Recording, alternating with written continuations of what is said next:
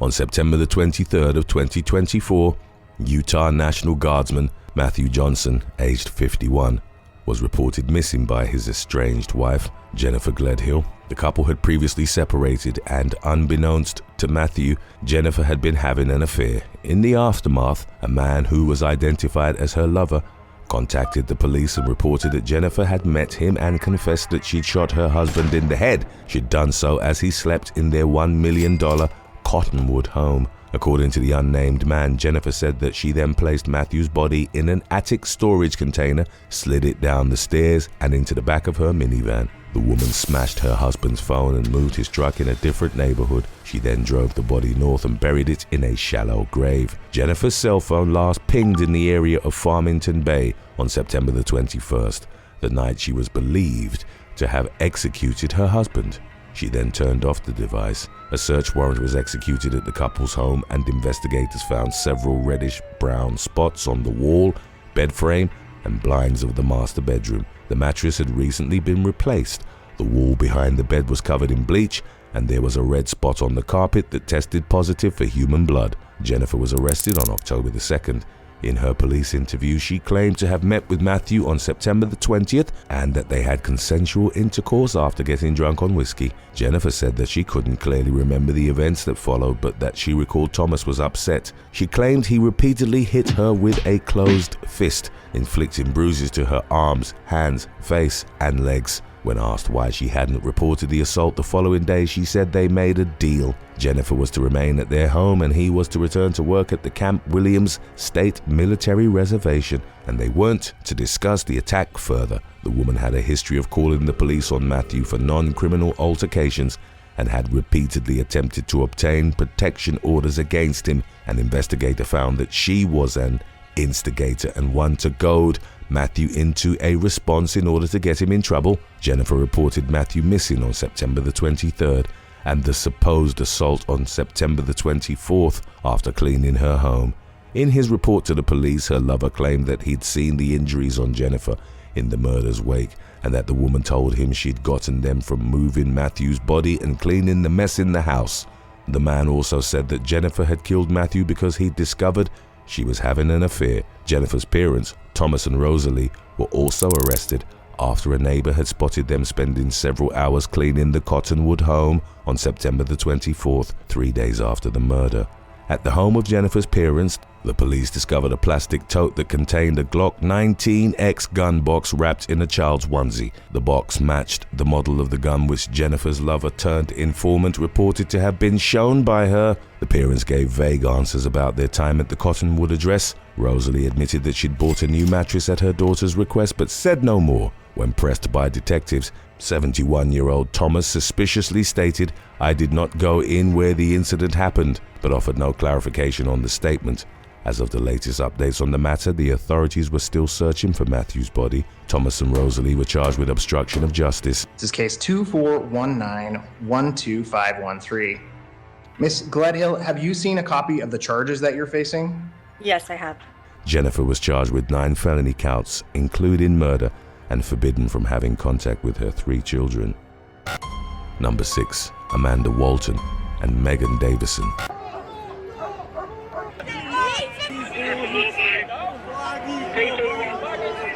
English mother-daughter duo Amanda Walton and Megan Davison were jailed in September of 2024 after they pleaded guilty to violent disorder stemming from their participation in a Middlesbrough riot. On August the 4th, 52-year-old Walton was walking her chow chow, accompanied by Davison, when they came upon rioters. Clashes with the police had erupted across the UK following a recent mass stabbing at a dance studio in Southport. It was perpetrated by a British teen who was misidentified on social media as a refugee, asylum seeker, or illegal immigrant. The police chose to reveal knifeman Axel Muganwa Rudakabana's identity in an effort to prevent further misinformation. Walton and Davison actively took part in the Middlesbrough unrest. 24-year-old Davison, a mother of 2, was recorded giving an officer the middle finger and walking away from a shop while concealing items. She was caught on camera climbing on top of a red car and jumping on it, as others in the crowd cheered her on before joining her in destroying the vehicle, which was eventually set on fire. Walton was seen throwing a projectile, damaging a car's wing mirror, and rummaging through a bin. As footage of the duo started circulating online, Walton turned herself in while Davison was arrested at her home. The latter's lawyer stated that she'd taken a cocktail of drugs and alcohol the night before, following a breakup, and that she allowed herself to be swept up in the riot because she was still under the influence. Walton's defense said that she was at the protest out of concern for her daughter. A judge accepted that the women were remorseful and that they were not motivated by the racist ideology characteristic of the widespread unrest. Following the women's guilty pleas, Walton was jailed for 22 months while Davison was jailed for 20 months. Number 5. Laura and Georgina Epitropou. Laura and Georgina Epitropou from West Sussex, England, were each sentenced to 2.5 years in prison in September of 2024 after admitting to a series of thefts, most of which were perpetrated in the duty-free area of the Gatwick airport. The sisters, both of whom were in their 40s, stole items predominantly consisting of perfumes and cosmetics. Their combined worth was estimated at £80,000. Over a period of 10 months, they made roughly £40,000 by selling the items at discount prices. Laura took 21 flights from Gatwick, mainly to Edinburgh, in order to complete purchases with specific buyers. Georgina joined her on later flights. The pilfered items were also sold through online marketplaces, and the operation enabled the women to live lavishly, with some of the proceeds also going towards their plastic surgeries. Following their conviction for conspiracy to steal, they were also scheduled to appear at Lewes Crown Court for a proceeds of crime hearing set for February of 2025. Number 4. Wayne and Riley Peckham. On January the 23rd of 2022, after an afternoon of drinking at a pub, English father and son Wayne and Riley Peckham went to the home of Kerry Peckham in Downham Market, Norfolk, England. Kerry was the latter's mother and the former's estranged wife. It was later determined that Wayne and Riley, aged 48 and 22 respectively, were hunting Kerry's new partner, Matthew Rodwell. Wayne had previously harassed the man extensively by vandalizing his car and stalking him. He also posted a video on social media as he set fire to a jacket that Matthew had bought for Wayne's youngest son. Riley took his father's side against Matthew. On January the 23rd, the men went to Kerry's home where they were recorded moving surveillance cameras. The younger man made his way inside through a window and found Matthew's shoes at the bottom of the stairs. He then shouted to his father, who was waiting outside, "He's here!" And the older man entered the residence through the front door. Upon realizing that the duo were at the house looking for him, Matthew went into an upstairs bedroom and hid in a wardrobe. He called the police, with his report indicating that he was terrified about being found by Riley and Wayne, and he expressed genuine fear about what was about to take place. Riley shouted out, "You're going to die. Here, doggy, and good boy," before he and Wayne located Matthew and pulled him out of the wardrobe. They dragged him downstairs and proceeded to savagely beat him. Matthew was kicked, punched and stomped on before he was strangled to death. Kerry, who was also hurt when she tried to intervene, would state that her son and estranged husband thumped and beat the life out of her partner. In a recording from Matthew's emergency call, he was heard saying, "Sorry," followed by a guttural sound. Law enforcement and emergency arrived at the scene where Matthew was pronounced dead. Officers arrested Wayne at the house after he'd tried to hide behind a curtain. Wayne, at this moment in time, you're under arrest for murder. The reasons being the guy in there has been kicked and punched to the floor and he's now deceased. They also cuffed Riley, but he was able to escape. A few hours later, he was tracked down to the home of his step-grandfather and taken into custody. Your arrest is necessary to prevent your disappearance and to prevent any further harm to your person. Okay? Yes. You understand? Not really. You don't understand? Murder. Yep. You're joking, aren't you? No, I'm not, mate. I'm not going to joke about that, am I? All right, The ensuing trial lasted for 6 weeks, at the end of which the father-son duo were found guilty of murder, with the judge stating that they'd acted like a pack of animals during the attack. Wayne and Riley were jailed for life with minimum terms of 24 and 18 years respectively, while the former was also convicted of assault, occasioning actual bodily harm against Kerry. Number 3. Cabello family. From 1995 to 2005, Archie and Marian Cabello, along with their son Vincent, stole almost $4 million and nearly got away with it. Former U.S. Marine, Archie was the mastermind of the operation and had prior experience on doing crime with family members. In the 1970s, he and his brother carried out a robbery in Detroit, but Archie fled town with all of the proceeds. By the mid-1990s, Archie and his family were living in Milwaukee, Wisconsin, and he was working as an armed courier. In 1995, Archie rendezvoused with Marian on his route and handed her a bag containing over $157,000 from the armored vehicle. Marian then drove away with the money. 48-year-old Archie was questioned but not arrested. After he claimed that the cash had simply disappeared from his truck, he was subsequently terminated from his position. Vincent was reported to have been constantly trying to win his father's affection in his youth. He similarly served in the military and trained as an army paratrooper. Then in 1998, he followed his parents into a life of crime. Vincent found a job working as a vault clerk for an armored truck company where he and Archie staged a robbery. Wearing a disguise and carrying a BB gun, Archie held his son at gunpoint before he restrained his hands and legs. Vincent played the victim while his father made off with $730,000 in cash. Much like with the 1995 heist, no one was charged. The family laid low for the years that followed and moved to Portland, Oregon, where Archie got another job as an armored truck driver. On December the 6th of 2005, while on his route, Archie met with Vincent at a pre-arranged location and passed him 2 bundles of cash totaling $3 million in what would become the Cabello's last and most ambitious heist. Vincent drove off and stashed the cash in a safe deposit box in Bellevue, Washington, which the family had rented under fake names. Archie moved the truck several blocks away and handcuffed himself to the front of the vehicle before he flagged a passerby and pretended he'd been robbed. The Cabello family immediately became suspects given their past as so-called victims of heists. Their home was searched,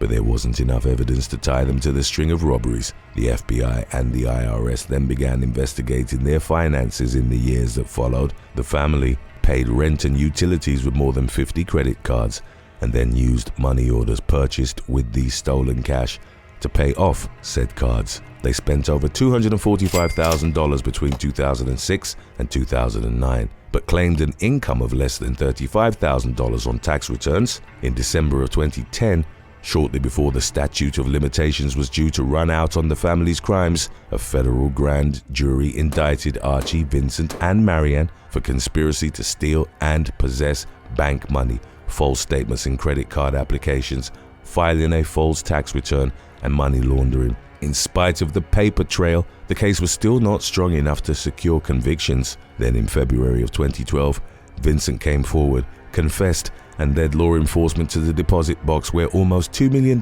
in cash was found. He and Marian both agreed to testify against Archie in the aftermath. The latter acted as his own attorney during his trial, but faced with the testimonies of his wife and son in addition to the pre-existing evidence, he pleaded guilty. He was sentenced to 20 years in a federal prison, while Marian and Vincent each received 15-month sentences in exchange for their cooperation. Today's topic was requested by Penguin638 and Jenny Rules 1504. If you have any other topics you'd like to learn about, subscribe and let us know in the comments section below. Number 2. Atif and Altaf Hussein Dean. On the evening of September the 29th of 2023, Atif Hussein Dean, aged 18, was injured in an after-school fight on Runfold Avenue in Luton, England. The conflict escalated after videos of the incident began circulating on social media. Atif and his twin brother, Altaf, along with several other youths, clashed with another group in a car park. Some of them were armed with bladed weapons. Teenager Ashraf Habimana was with his friends in the car park and he hadn't been involved in the original altercation. He was unfortunately swept up in the second conflict as he tried to get away. Surveillance cameras captured the moment that he was punched by Altaf before Atif stabbed him in the back 3 times. Altaf also kicked Habimana after he'd collapsed to the ground. A second teen, whose identity wasn't revealed, was also stabbed and badly injured in the melee. The twins were arrested and convicted at Luton Crown Court In the fall of 2024, Atif was found guilty of murder and jailed for life with a minimum custodial term of 24 years, while Altaf was given a minimum of 7 years behind bars for manslaughter. In the sentencing's wake, Judge Michael Simon concluded that Habimana's life was tragically cut short in a manner that had become a familiar occurrence among British youths. Simon urged the public to spread the message of lives, not knives. If you would like to see our episode from a while back about when volunteering goes wrong, then simply stick around after number 1. If not, I'll see you tomorrow. Number 1. Ethan, James, and Jennifer Crumbley. On November the 30th of 2021, the Oxford High School in Oxford Township, Michigan held an active shooter drill called ALICE, short for Alert, Lockdown, Inform, Counter, and Evacuate. Student Ethan Crumbley took advantage of the drill to carry out a mass shooting. Surveillance footage captured him walking out of a bathroom with a 9mm 6-hour SP semi-automatic handgun. He began firing on the hallways as hundreds of students were walking through and then shot into classrooms. Due to the quick response from students and staff, he wasn't able to actually enter any classrooms. The first 911 call was placed at 12:51 p.m. and dozens of calls followed. A first responder arrived at the scene within minutes and Ethan was taken into custody unharmed. His rampage resulted in the death of 3 students while 8 other people, including a teacher, suffered injuries. 32 spent bullet casings were found at the scene, and at the time of his arrest, Ethan still had 7 rounds of ammunition loaded into his gun and 2 15-round magazines. He was charged as an adult and pleaded guilty to 24 crimes, including murder and terrorism. Knowing that, is it still your desire to waive your right to a preliminary exam? Yes. For which he was ultimately given life without parole and an additional 24 years. In the aftermath, his parents James and Jennifer were charged with involuntary manslaughter for failing to secure the pistol used in the shooting and for failing to address obvious signs of Ethan's deteriorating mental health. The couple didn't show up for their arraignment and were the subject of a manhunt by U.S. Marshals, who tracked them down and arrested them in Detroit on December the 4th. James and Jennifer had separate trials, but in both cases, prosecutors noted that their gross negligence changed an entire community forever, and that they failed to take any action when presented with the gravest of dangers. The gun used by Ethan had been bought for him by James as a Christmas present on Black Friday, 4 days before the mass shooting, and that weekend, Jennifer took the teen to a gun range. The day before the shooting, Ethan was reported by a teacher who saw him searching for ammunition online on his phone. During a subsequent conversation with school officials, he claimed that shooting sports were a family hobby and that his mother had recently taken him to a gun range. Officials tried to contact Jennifer by phone and email, but she didn't reply and later sent her son a text that read, "LOL, I'm not mad at you. You have to learn not to get caught." On the day of the shooting, another teacher found a troubling drawing on Ethan's desk. It featured a gun and a person who'd been shot twice and bleeding. The gun pointed at the words, "The thoughts won't stop. Help me," while Ethan had written "blood everywhere" above the drawing of a bullet. There was also a laughing emoji and the words, "My life is useless. The world is dead." The teacher took a photo of the drawing before Ethan scribbled over it. His parents were called to the school. In spite of being explicitly told that their son appeared to be in serious mental turmoil, they refused to take him home and worst of all didn't inform officials that they'd recently bought a gun for him. They also didn't look for the weapon in their home after they left the school at 10:54 a.m. Ethan didn't have prior disciplinary issues and was allowed to return to class. Less than 2 hours later, he opened fire. There was further evidence that the parents had ignored stark signs of the teen's crumbling mental health, including him telling them about demons and ghosts inside their home, recording himself torturing animals, making Molotov cocktails and drawing sketches about carrying out school shootings. James and Jennifer at no point sought professional help for him and instead often left him home alone without a phone while they frequented bars in Lake Orion. We were the average family. We weren't perfect, but we loved our son and each other tremendously. James and Jennifer became the first parents to be charged and convicted in connection to their child's mass shooting at a U.S. school. The Crumbleys were found guilty on all 4 counts of involuntary manslaughter and given the maximum punishment of 15 years behind bars, with parole available after 10. Katie G and Kirsty Trupp two 18-year-old volunteers from the UK were attacked with acid in Zanzibar, Tanzania on August the 7th of 2013. According to the victims, two men drove past them in the street on a small motorcycle and threw a corrosive liquid onto their heads and chests. Due to the severity of their injuries, Trupp and G were airlifted to a hospital in the Tanzanian capital for medical treatment. Although it was theorized that the attack might have been religiously motivated, authorities didn't issue an official statement on the matter, and no arrests were made as of December of 2022. Trupp required skin grafts to her face, arms, and shoulders, but her injuries weren't as severe as G's. While she was able to continue her studies, G had 30% of her body scorched by the acid. She lost an ear and spent 2 months in the hospital upon returning to the UK. When she was allowed to return home, she underwent physiotherapy 5 times a week and was required to wear pressure suits and face masks to aid in the rehabilitation process. Number 10. Anastasia Yalangskaya. On March the 4th of 2022, 26-year-old Anastasia Yalangskaya was gunned down by Russian soldiers while attempting to deliver food to an animal shelter in Bucha, Ukraine. The shelter, located 18 miles away from Kiev, had run out of food 3 days earlier. Yalanskaya was accompanied by 2 other volunteers whose names weren't released to the public. They'd managed to deliver the packages and were driving back to base when Russian troops opened fire on their vehicle, which was later discovered by the father of one of the volunteers riddled with bullets. Friends and families expressed their belief that the victims had been deliberately attacked by Russian soldiers at close range, even though they were obviously civilians. Number 9. Jade Williams.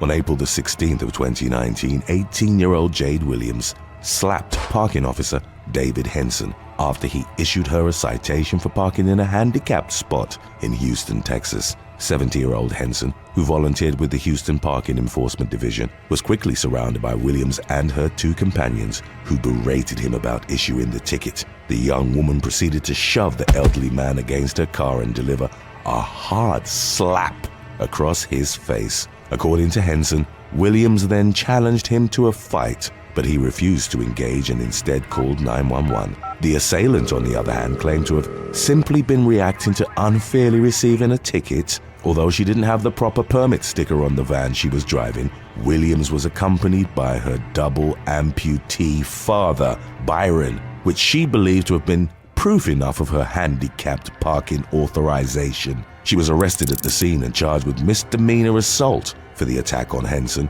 who was left with a sprained knee as well as several scratches. Number 8. Ellie Rose Warren. A 20-year-old Australian volunteer was murdered by an unknown assailant in Tofo, Mozambique, sometime between the night of November the 8th of 2016 and the following morning. Ellie Rose Warren had reportedly been volunteering for Underwater Africa, a conservation program that allowed her to shadow marine biologists along the coast of Mozambique. She had last been seen celebrating the end of the 6-week program with friends. On the 9th of November, her body was discovered face down in the sand behind the public fresh water taps. The autopsy determined that Warren had died of asphyxiation caused by sand inhalation. The sand found in her lungs wasn't the same type found at the scene, however, indicating she'd been killed somewhere else before being taken to a secondary location. In spite of the evidence that seemed to suggest foul play of some sort, local police told the victim's family the death could have been accidental. Frustrated with the lack of progress in the investigation, Warren's father, Paul, decided to take matters into his own hands. He traveled to Africa to speak with potential witnesses who might have information regarding his daughter's suspicious death. The man reportedly uncovered that local authorities had hidden information regarding the crime, including the fact that the young woman's clothes had been ripped, as well as the possibility that her death had somehow been gang-related. Nevertheless, as of the latest available updates, the circumstances of Ellie Rose Warren's death remained a mystery. Number 7. Joshua Jones. After dying in battle in Donbass, Ukraine, on August the 26th of 2022, Joshua Jones's body was held by Russian authorities amidst a war crime investigation. The 24-year-old American had joined the Ukrainian Foreign Legion as a volunteer earlier that year. On October the 25th, his mother, Misty Gossett, was informed by the Ukrainian government that his body had been returned along with then prisoners of war. After extensive negotiations, CNN was able to film the moment the transfer took place. The family wasn't certain when they would be able to bury the soldier, as a second autopsy was still pending. Heartbroken by the delays, Gossett stated during an interview with NBC, "Every day this gets prolonged and we're just trying to put him to rest." Number 6. Catherine Kate Pusey. 24-year-old Catherine Kate Pusey, a Peace Corps volunteer, was killed in the West African country of Benin on March the 11th of 2009. Her body was found outside her home the following morning. Pusey had traveled with the Peace Corps to work as an English teacher in the small town of Bajud. Days before her death, she'd attempted to anonymously report a fellow teacher for abusing students, but her identity was eventually uncovered by the accused teacher, Constant Bio. The latter and his brother, Jacques Bio, were arrested and charged with first-degree murder in the aftermath. The victim's mother, Lois, stated that although the Peace Corps initially aided them in their efforts to obtain information about the case, the organization eventually seemed to close ranks. The family has campaigned for changes in whistleblower protection for Peace Corps volunteers in the wake of the murder. Number 5. Jennifer Buckley. Jesuit volunteer Jennifer Buckley, aged 24, was stabbed to death during a break-in at her residence in Pangantucan, Bukidnon, on August the 23rd of 2019. Her roommate at the boarding house, 30-year-old Anne Kathleen Getdula, survived the attack but had to undergo surgery to repair the damage caused by her severe injuries. Both women volunteered as teachers at a local community high school. Police suspected that the assailant, who remained unidentified as of the latest updates, might have broken into the boarding house to rob them. After plunging a knife into Buckley's chest, abdomen, and back, and stabbing Getdula once in the stomach, the attacker fled the scene. 10 days before the murder, the victims had reported that their IDs and money had gone missing from their room, but investigators weren't able to determine whether the incidents were connected. Number 4. Louise Hinks. South Australian volunteer firefighter Louise Hinks died after being struck by a falling tree while responding to a forest fire on January the 20th of 2022. Hinks, who was 44 at the time, had started volunteering for the fire department 28 years prior to the fatal accident when she was just a teenager. She also provided mental health assistance to other first responders through a stress prevention program. Over 150 firefighters worked alongside Hinks throughout the night to put out the flames, and the efforts would continue the following week with over 9,000 acres of land affected by the blaze. Another volunteer was also severely hurt in the accident but received a positive prognosis after being rushed to the hospital. More than 600 people gathered to pay their respects to Hinks during her funeral, and South Australian fire stations lowered the precinct's flags to half-mast in her honor. Number 3. Scott Sibley.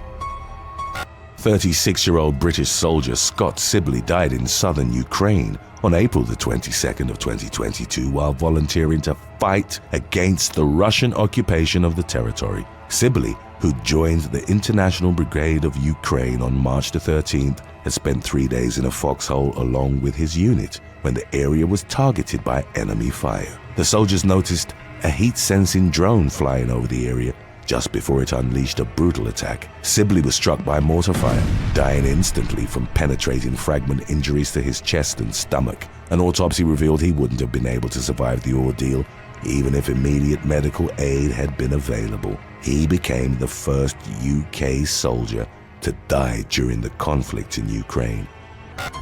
Number 2. Hagar Geffen. 70-year-old Hagar Geffen was viciously beaten on October the 19th of 2022 for recording masked settlers attacking harvesters in Kisan, Palestine. Geffen was one of several Israeli volunteers accompanying local farmers in an attempt to dissuade extremist attacks. When they reached their harvest of olive trees, however, They realized the crops had been dosed with herbicide, and most of the trees had already been picked clean of their fruits. As the farmers and volunteers attempted to salvage the grove with water, a group of people armed with machetes, rods, and other makeshift weapons rushed toward them. Geffen managed to hide from view initially and tried recording the attack, but she was eventually spotted. The assailants began throwing stones and beating her with clubs, stealing her cell phone in the process. Geffen was taken to the hospital with numerous injuries, including a broken hand, cracked ribs, a punctured lung, and contusions. Number 1. Craig McIntosh. Craig McIntosh, a British resident volunteering on the Ukraine war front, was killed in the line of duty on August 24th of 2022. The 48-year-old man was on patrol when his squad was ambushed in Kharkiv. It was reported as McIntosh's second time volunteering to aid in the war effort, having offered his services to the Ukrainian army back in March of the same year. McIntosh's sister Lorna launched a GoFundMe page asking for help in bringing the body back to the United Kingdom. Though the desired sum was $4,000, people continued donating well after the goal was already reached, with many expressing a determination to help the McIntosh family in their time of need. Thanks for watching. Would you rather rob a bank with your mum or have your dad decide your dating life? Let us know in the comments section below.